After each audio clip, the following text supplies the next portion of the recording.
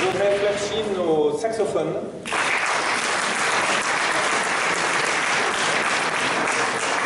Pierre Philibert à la contrebasse.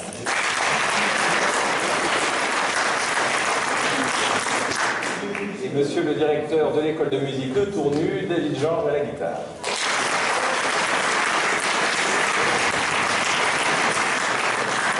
Alors on les remercie pour cette introduction musicale de grande qualité. Ce sont les professeurs de l'école de musique de Tournu, qui est une des plus grandes, des plus importantes écoles de musique du département, avec 16 professeurs, à peu près 200 élèves, dont 60% viennent des communes environnantes et à peu près 40% de la ville de Tournu, et également à peu près 700 élèves du scolaire qui sont touchés dans le cadre du projet Orchestre à l'école pour que tous les enfants scolarisés à Tournu aient une éducation musicale. Alors, bonsoir à tous, monsieur le sénateur, madame la députée, madame la conseillère régionale et présidente du pays Sud-Bourgogne, madame la vice-présidente chargée au tourisme et au développement territorial des conseils départementaux, messieurs et mesdames les élus, Major Simoneau, lieutenant Toubignon, mesdames et messieurs, j'espère que j'ai respecté l'ordre protocolaire, c'est un de mes premiers, c'est pas évident. Merci à tous de vous être déplacés pour ces vœux, qui sont les premiers de notre équipe. 2017 a été une année de transition et 2018 sera une année de construction. Et donc je tenais par ces vœux à vous faire un petit point de la situation en première partie. Et puis ensuite, je vous expliquerai quel est notre projet pour 2018 et pour l'avenir de Tournu. Alors, tout d'abord, sur la situation telle qu'elle est aujourd'hui, parce que pour savoir où on va, il faut savoir d'où on vient. Donc ça, je ne devrais pas vous le montrer pour les vœux, parce que c'est un moment festif, joyeux, mais je me dois quand même de vous dire la vérité. C'est un moment important pour nous et qui va nous permettre de faire le point sur l'état des finances.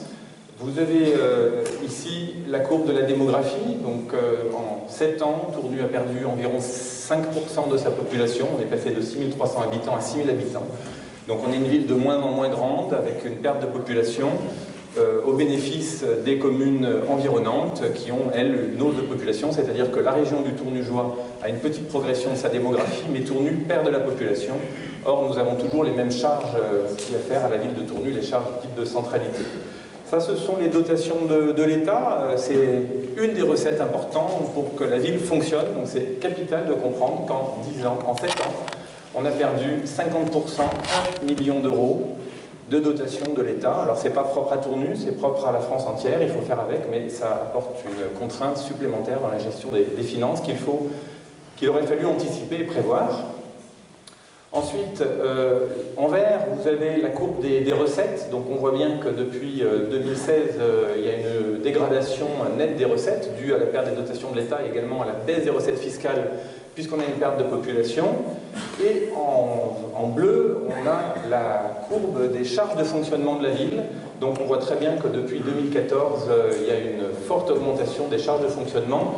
Et le jour où ces deux courbes vont se rejoindre, c'est-à-dire qu'on n'aura plus de marge de manœuvre pour investir, puisque ce qui est entre la courbe verte des recettes et la courbe bleue des charges de fonctionnement, c'est le résultat comptable de la ville, et c'est avec ça qu'on vit, c'est avec ça qu'on investit, c'est avec ça qu'on a des projets. Donc vous voyez que c'est très limite.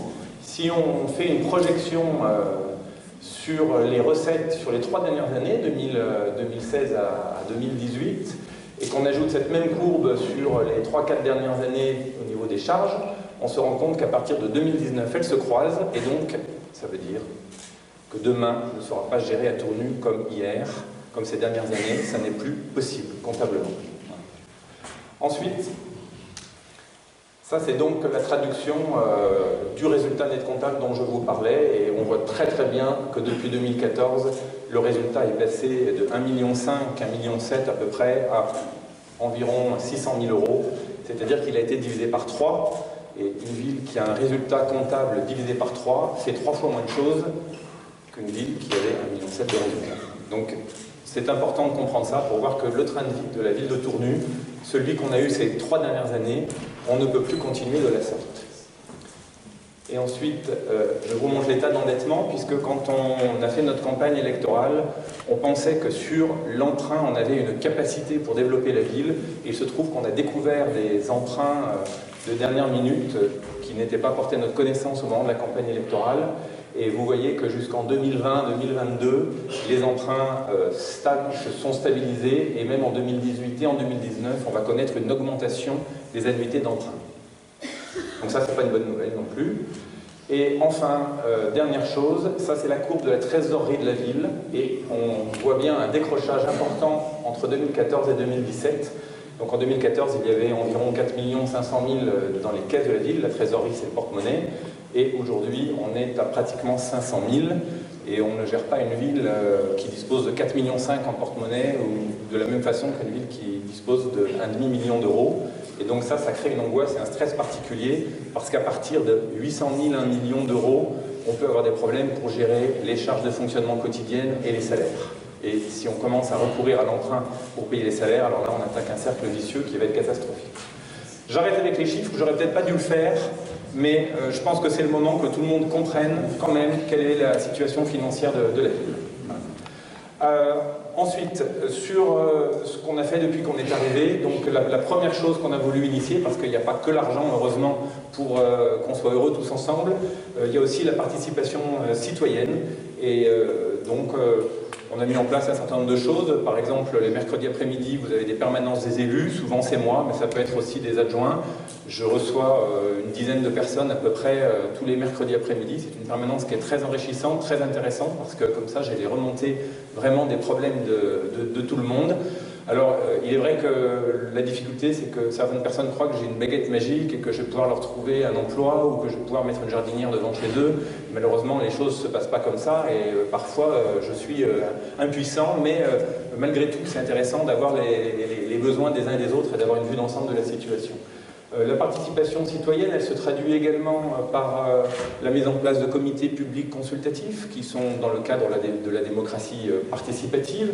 On a, vendredi dernier, commencé à ouvrir une réunion publique qui va déboucher à la création du premier comité consultatif public sur le cinéma, puisqu'on veut lancer la rénovation du cinéma dès cette année. Vous pouvez encore demander si vous êtes intéressé à participer à ce comité public. Vous prenez des renseignements à la mairie ou vous demandez à notre adjointe à la culture, lynn.pajot@tournu.fr, si ça vous intéresse. Ce comité sera constitué d'une quinzaine d'experts ou de personnes qui ont envie de dire des choses sur le cinéma, et l'objectif c'est d'utiliser les ressources publiques de la façon la plus optimale et performante possible pour que l'argent qu'on va injecter dans le cinéma serve vraiment à tout le monde et puisse être utile plutôt qu'à être dépensé inutilement. C'est l'objectif de toute cette participation citoyenne. Je vois Cécile Untermaier qui hoche la tête, je sais que la participation citoyenne vous est chère, et quand on a des finances qui sont difficiles, chaque euro doit être investi raisonnablement et utilement. On a aussi réuni la première commission publique sur l'organisation du millénaire. J'y reviendrai en fin de présentation. C'est quelque chose d'extrêmement important pour le quartier abbatial. Alors, dans ce qu'on est en train de mettre en place, je vous tiens, on va faire vraiment comme un espèce de catalogue, que vous sachiez un petit peu ce qu'on fait depuis 3 mois. Alors, sur la voirie, ça fait partie des sujets importants. Il n'y a pas que la voirie. Dans les sujets quotidiens, comme ça, vous avez la voirie. Je commence par là, donc là vous avez la photo d'une rue. À Tournu, il y a 75 km, d'après nos calculs, de routes qui sont endommagées, qui seraient même dangereuses, qui ont des nids de poules. Alors tous les jours, pratiquement, on a des personnes, des usagers qui nous disent « il faut réparer ma voirie ». C'est un dossier qui coûterait, si on voulait rénover la voirie dans les 3 mois qui viennent, plusieurs millions d'euros. Et donc malheureusement, il nous est impossible de le faire. Et donc pour l'instant, on a recensé, on le voit sur cette carte, toutes les voies communales qui sont envahies de nids de poules et autres problèmes. Et il y a le comité technique voirie qui se réunit la semaine prochaine et qui va devoir dresser les priorités, quels sont les points les plus importants à faire, où il passe le plus de monde. Et on ne pourra pas tout faire d'un coup, ça va être un travail de plusieurs années. Il y a aussi un travail sur l'éclairage public. L'éclairage public qui nous coûte très cher parce qu'on a encore beaucoup d'ampoules à néon, à gaz, à mercure, à sodium qui sont très consommatrices d'énergie, et on a un projet de remplacer ces ampoules par des ampoules à économie d'énergie, ce qui nous ferait gagner en entretien de l'argent et cet argent pourrait donc être investi pour changer ces ampoules et avoir un éclairage qui soit plus moderne, plus clair, dont on puisse modifier l'intensité en fonction des périodes de la journée et de la nuit. Là, c'est pas le stationnement gênant, ça c'est la vidéosurveillance. Alors la vidéosurveillance, on a hérité d'un projet de la précédente municipalité. Et ce projet est tombé à l'eau puisque le ministère de l'Intérieur, qui devait en financer 50%, s'est retiré.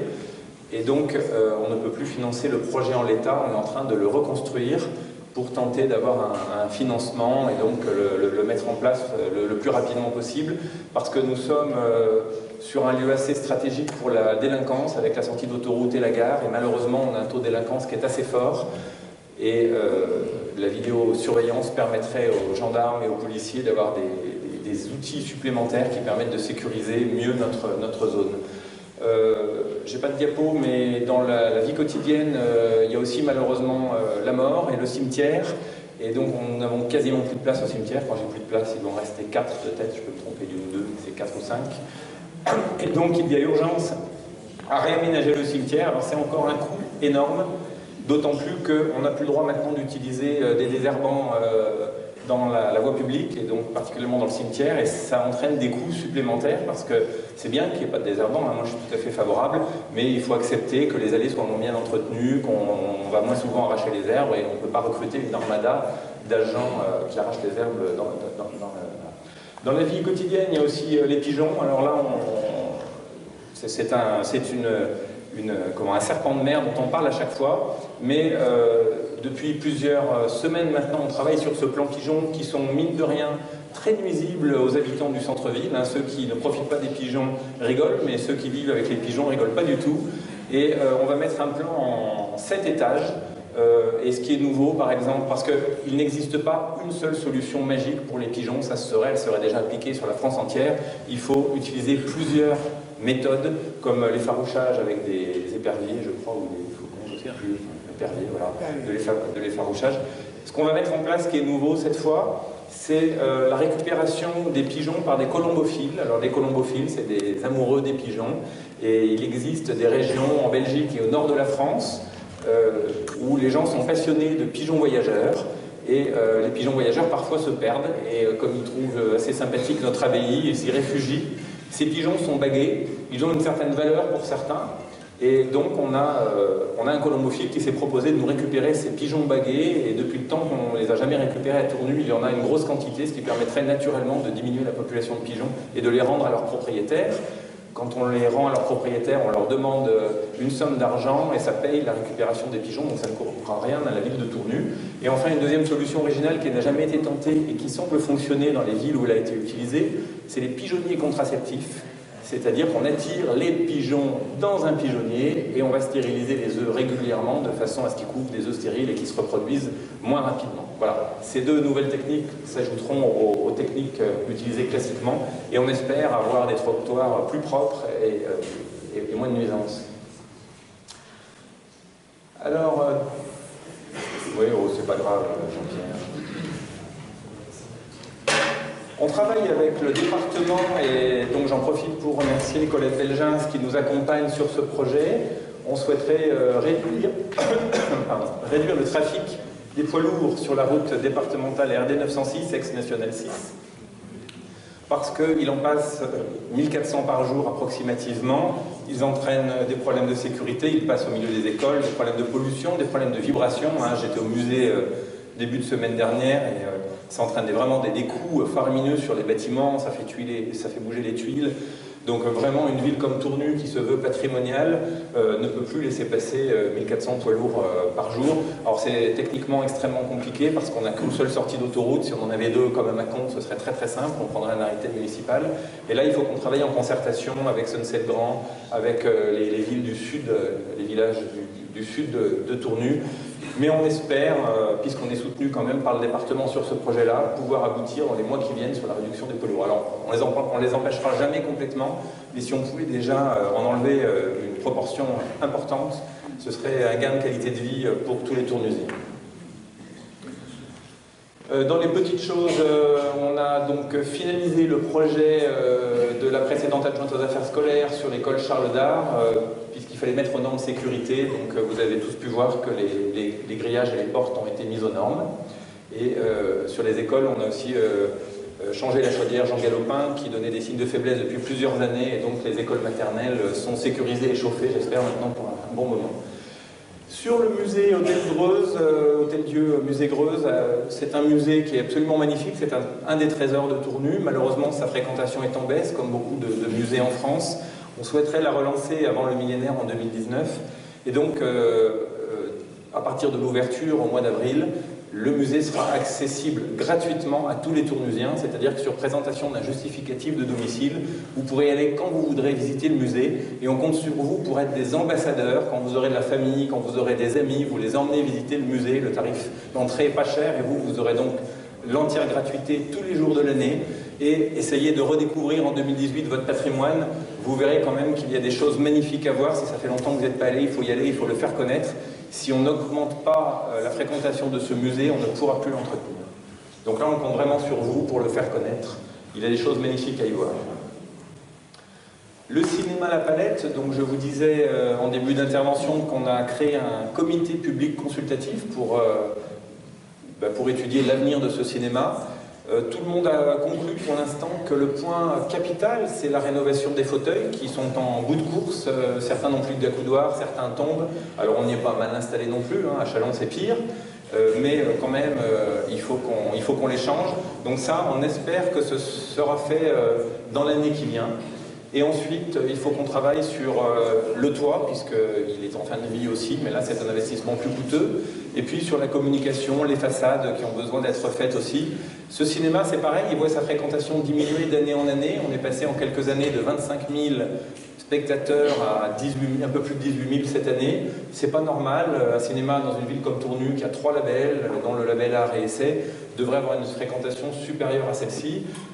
Quand on pense qu'on gagne 1 heure de temps sur l'aller-retour par rapport au cinéma Rivaux à Mâcon, donc c'est un mode de consommation écologique, c'est à 3 minutes de nous tous. La programmation est originale, ce cinéma il devrait voir sa fréquentation augmenter en y investissant un petit peu d'argent. Sur le pas fleuri, on conserve notre projet de faire une salle polyvalente, puisque Tournu n'a pas de salle polyvalente. Pour une ville de 6 000 habitants, c'est totalement anormal. Nous avons fait un essai de l'auto le 30 décembre grâce aux associations autour du vélo. Ce loto était un véritable succès, on va dire même un plébiscite, puisqu'il a réuni plus de 600 personnes, ce qui est un record pour la ville de Tournu, ce qui est un record aussi pour l'organisateur.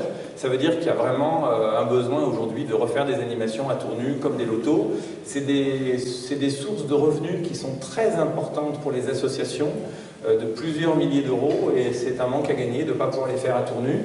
Et donc, sur cette salle polyvalente, dès que nous sommes arrivés, nous avons fait un cahier des charges, on a recherché un architecte, on a étudié 20 dossiers de candidature d'architectes qui nous ont été proposés au mois de décembre. 3 d'entre eux, ceux qu'on pense être les 3 meilleurs, ont été retenus.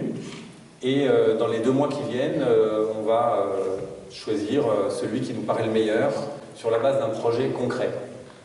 On espère que les travaux pourront commencer fin 2018, à la fin de cette année, ce serait bien.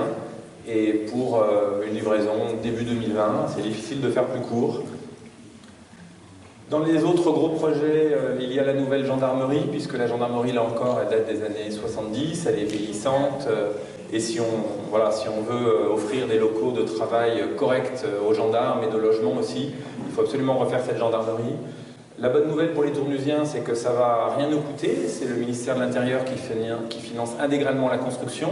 Et même plus que ça, nous avons trouvé un accord avec le promoteur qui va réaliser la construction de la gendarmerie. Et on ne donne plus le terrain, mais on le met à disposition pendant 50 ans pour 1 euro symbolique. Et dans 50 ans, nos enfants, nos petits-enfants récupéreront le terrain et tout ce qu'il y a dessus. Et on pourra, si la gendarmerie reste là, encaisser les loyers. Et ce sera une source future de revenus pour la ville de Tournu. Et on attend avec impatience, je pense que je ne suis pas le seul, je pense à nos gendarmes, à tous les gendarmes. L'extension de l'hôpital de Belley continue à suivre son cours, tout se passe très bien. Ça me permet de nous rappeler que c'est extrêmement important d'avoir cet hôpital local, 160 lits dans l'extension sur la partie Saint-Philibert, c'est-à-dire des personnes âgées, des personnes dépendantes. C'est quelque chose d'extrêmement important pour nos concitoyens qui peuvent avoir accès aux personnes malades, aux personnes vieillissantes très rapidement sans avoir à faire de la route jusqu'à Mâcon-Châlons. Donc c'est un point très important, cet hôpital. Bien sûr, capital pour nous, vous le savez, la revitalisation du centre-ville, parce qu'on pense qu'il faut miser sur l'existant plutôt que construire toujours en périphérie, pour différentes raisons, qu'on a déjà eu l'occasion d'expliciter. Nous pensons être soutenus dans ce projet par le département et par la région, ce qui nous permet d'espérer avoir des fonds pour pouvoir mener des actions. La revitalisation, elle concerne le volet commercial, mais aussi et surtout le volet habitat, parce qu'il faut absolument, pour l'avenir de Tournu, que nous regagnions de la population.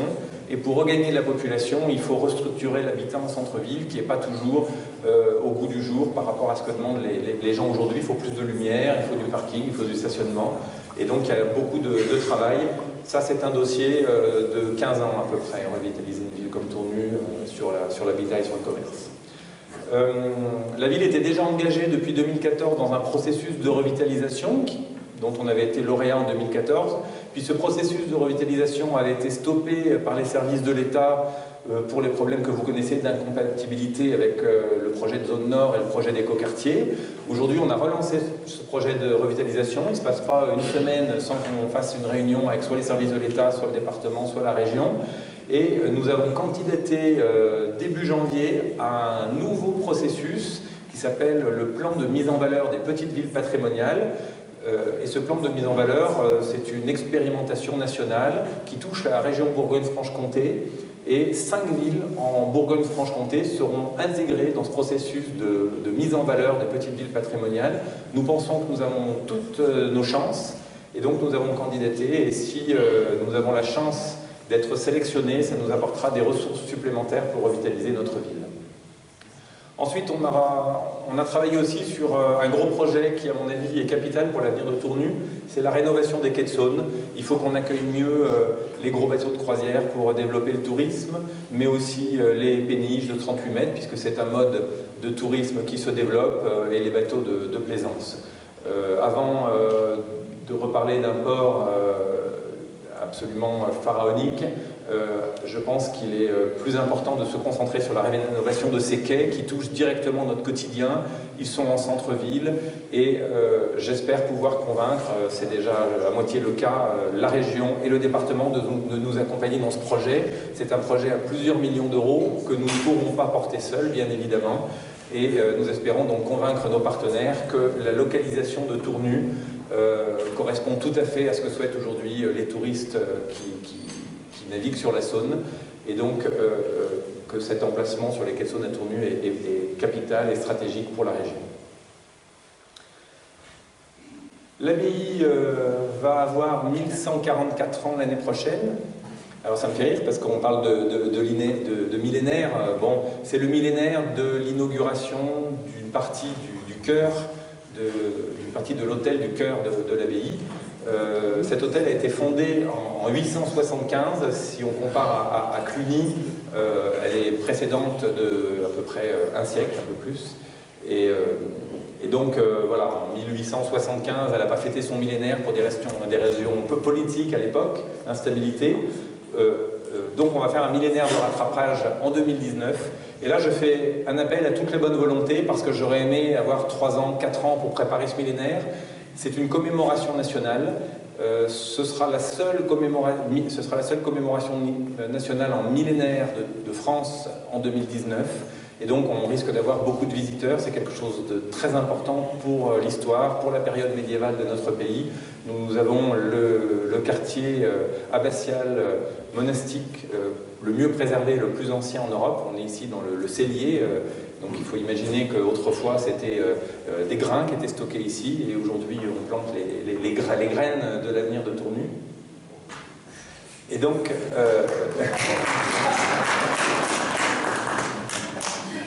ce millénaire, comme on a peu de temps, il va nous falloir beaucoup d'aide si on veut faire quelque chose de bien. Et 7 groupes de travail ont été constitués samedi dernier dans le cadre du comité millénaire avec tous nos partenaires.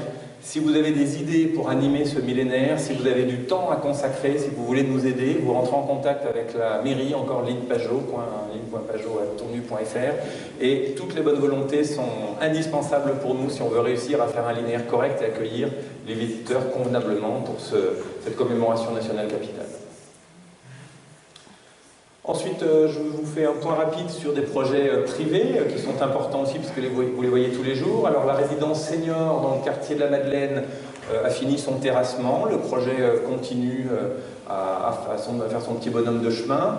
La date proposée, estimée pour la livraison, c'est fin 2019. Il peut y avoir, on le sait, encore un petit peu de retard. À ma connaissance, tous les problèmes sont résolus, que ce soit la garantie de la ville de Tournu, que ce soit également le local Orange qu'on voit là, je ne sais plus ce que c'est, un concentrateur, je ne sais rien, je ne connais rien.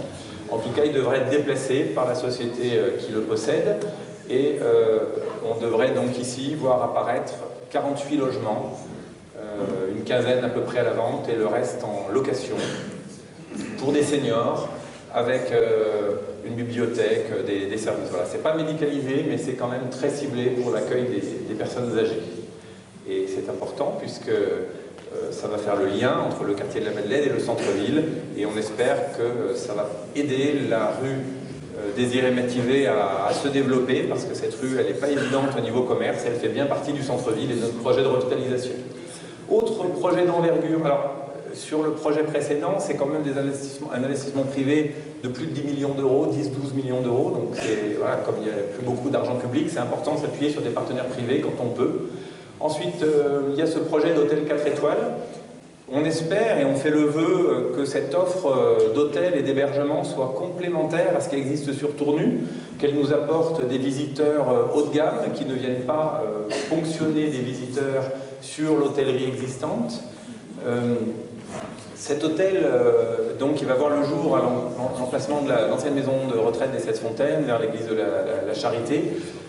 C'était vraiment une verrue très voyante sur Tournu, parce qu'on tombe dessus dès qu'on arrive de Paris, et c'est quand même mieux qu'on ait un hôtel de 4 étoiles de cette envergure plutôt qu'une ruine squattée, victime d'incendie.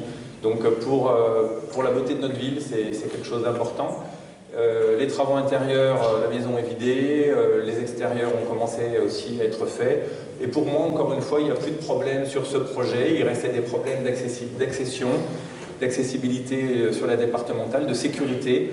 On a travaillé en collaboration avec le porteur de projet privé et avec les services du département pour trouver une solution qui convienne à tout le monde. Et dans la sérénité et le calme, tout s'est solutionné, et à ma connaissance, fin 2019, début 2020, le porteur de projet pourra ouvrir cet hôtel. Ça, c'est un nouveau projet, c'est une autre verrue bien connue à Tournu, ce qu'on appelle la Maison Rouge, qui a été tapissée en rouge par une artiste. Alors vous voyez qu'elle est moins tapissée maintenant, mais encore un petit peu. Et donc, le porteur de projet, qui est à Tournu depuis 2011, nous a rencontrés pour relancer son projet suite aux changements récents. Et donc, nous avons donné notre accord pour y faire environ 12 logements de qualité à la place de cette ruine connue des Tournusiens. Voilà, donc ça va embellir le quartier. Je remercie les gendarmes, les responsables associatifs, l'ensemble des acteurs économiques qui contribuent au rayonnement de la ville. Sans vous, on ne serait rien. Je remercie aussi les élus municipaux, mes adjoints, sans qui je ne pourrais rien faire, qui travaillent dur tous les jours pour tenter d'améliorer la situation à Tournu, d'aller de l'avant malgré les contraintes financières. Je félicite aussi notre artiste de l'année, puisque plutôt qu'envoyer nos cartes de vœux sur des photos de Tournu qui ont été déjà vues dans tous les sens, on préfère dorénavant mettre en avant un artiste, puisque Tournu est une ville d'art aussi, d'histoire et d'art. Et donc Karl Stewart, je ne sais pas s'il est là ce soir, mais je le remercie pour la mise à disposition d'un certain nombre de clichés qui nous a permis de réaliser la première page du bulletin municipal, mais aussi une carte de vœux qui est absolument magnifique, qui plaît beaucoup, qui a dû partir aujourd'hui ou qui partira demain, que vous allez recevoir dans la semaine. Je voudrais aussi vous présenter des chefs, le chef de la gendarmerie, le major Simoneau, et son chef adjoint Marc, qui sont arrivés au mois d'août l'année dernière et que tout le monde ne connaît pas. Est-ce qu'ils sont là? Je vous demande si vous voulez bien me rejoindre. On peut les applaudir parce qu'ils font un métier qui est difficile.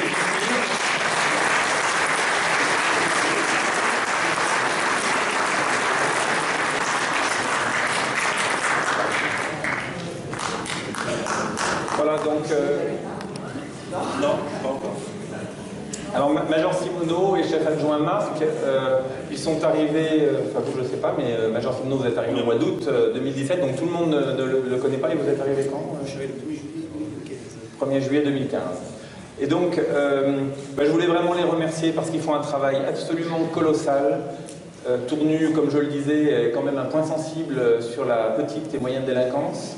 Et on va le dire, hein, vous avez fait un travail qui est très payant puisque vous avez solutionné un nombre d'enquêtes importantes sur la fin d'année 2017, ce qui nous a permis de passer des fêtes de fin d'année quand même plus tranquilles, beaucoup de cambriolages au mois de novembre et décembre, mais vous avez arrêté des gens de passage qui venaient par la gare. Hein, c'est ça.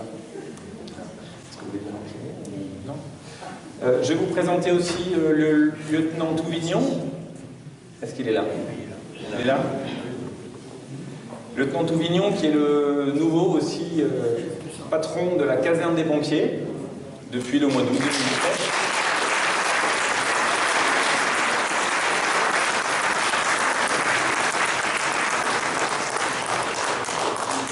Alors, lui aussi, il a eu beaucoup de travail ces derniers temps parce que nous avons eu à traiter 2 incendies graves.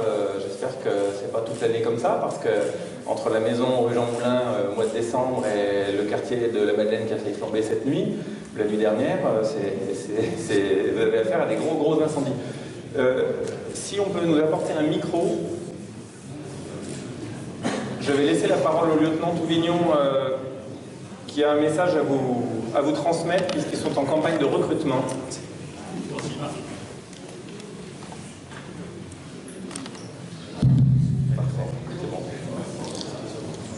J'espère que ça ne va pas être trop fort. Monsieur le maire, je vous remercie pour ce temps de parole que vous m'accordez. Et je vous remercie sincèrement du soutien que vous apportez aux pompiers de Torlu. Je fais appel à vous. Vous avez peut-être déjà perçu dans les commerces cette affiche. Vous la voyez là? C'est un peu petit. La VRM. Voilà. On en a mis quelques-unes à disposition sur les tables. Les pompiers de Tournu, c'est 26 sapeurs-pompiers volontaires, 13 sapeurs-pompiers professionnels. Vous avez la population de Tournu qui diminue, et les pompiers de Tournu, les effectifs aussi diminuent. Et nous sommes à la recherche de 10 sapeurs-pompiers volontaires pour rehausser ces effectifs. Alors je veux vous rassurer, vous aurez toujours des pompiers qui viendront vous porter secours, quoi qu'il en soit. Néanmoins, on fait appel à vous car je suis convaincu que vous connaissez des personnes entre 18 ans et 45-50 ans qui peuvent avoir de la disponibilité pour assurer au quotidien votre propre sécurité. Donc voilà, vous allez retrouver sur cette affiche des numéros de téléphone qui vous permettront de prendre contact avec les pompiers de Tournu, le lieutenant Vanov et le lieutenant Vendroux et le lieutenant Dufour, adjoint SPV au centre, et on pourra vous informer des conditions de recrutement au niveau des pompiers de Tournu. Voilà, je vous remercie.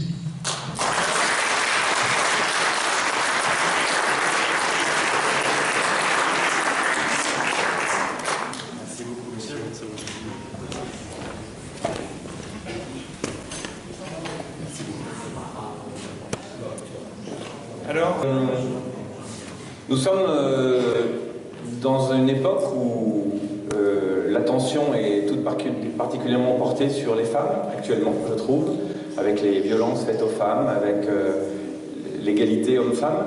Et je dois dire que j'ai l'honneur d'avoir parmi nous, on a l'honneur d'avoir parmi nous ce soir à la fois la vice-présidente au tourisme départemental et la présidente du Pays Sud Bourgogne, ainsi que Madame la députée Cécile Untermeyer.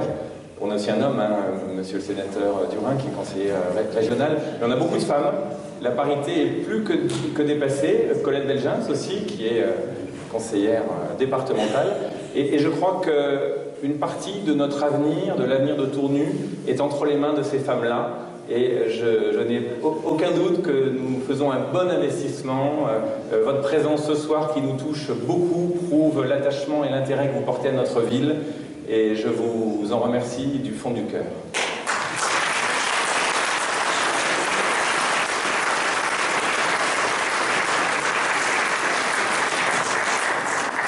Et on va continuer dans la mise à l'honneur d'une femme. Parmi nous, enfin pas moi, mais parmi vous, il y a toujours des gens assez exceptionnels. Et nous n'avons pas pu cette année réaliser les trophées du sport, puisqu'ils auraient dû avoir lieu au moment de la période électorale.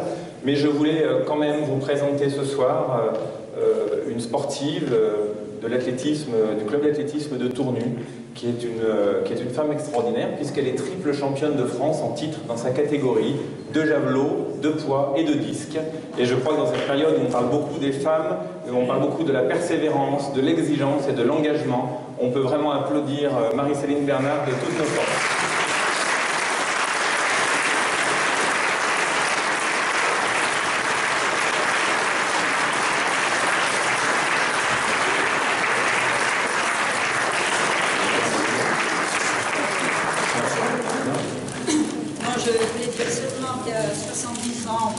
Prendre plaisir dans les compétitions.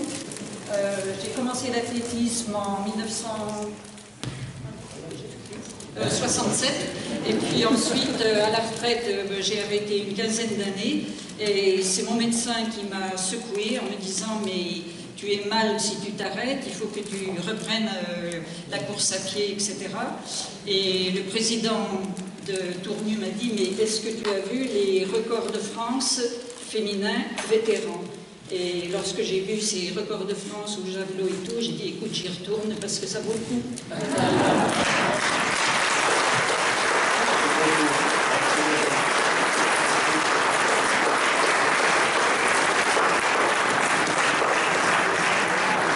Voilà, c'est une belle image pour la ville de Tournu. On n'a pas besoin de devenir les champions du monde, toutes catégories, de tout. Il faut qu'on soit bon dans notre catégorie et ce sera déjà pas mal. Merci beaucoup pour cette performance. Alors j'ai presque fini. Donc 2018, vous l'avez compris, j'espère que ce sera l'année de la reconstruction. Rien ne se fera sans vous. Notre projet est ambitieux, la situation financière est compliquée, mais le dialogue et la concertation sont rétablis. Et ça, c'est très important. C'est toujours dans les situations difficiles que les transformations captivantes se font. Il ne faut pas les craindre, mais les accompagner avec réalisme et positivisme. Notre objectif est que chacun se sente à Tournu chez lui. Nous ferons tout notre possible pour être à la hauteur de la situation. Et au nom de tout le conseil municipal, je vous souhaite une très bonne année 2018 à vous et à vos proches.